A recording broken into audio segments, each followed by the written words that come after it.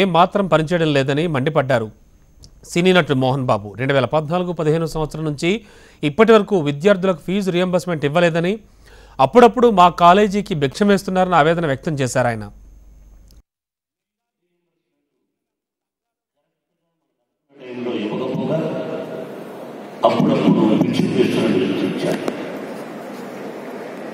అప్పుడప్పుడు పిచ్చి వేశాడు.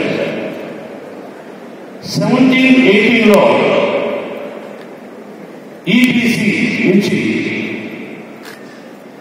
కాపు వాళ్ళు ఆ ఈబీసీలు వద్దు అని పక్కన తీసుకొచ్చారు.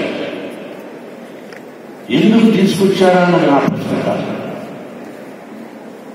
2017-18 దానికి సంబంధించింది ఈబీసీ అంటే కాపు ఎందుకు ఎవరైతే దాన్ని విడదీశారో ఎందుకు విడదీశారో వాళ్ళకి సంబంధించింది 2 కోట్ల చివర దాదాపు 2 కోట్ల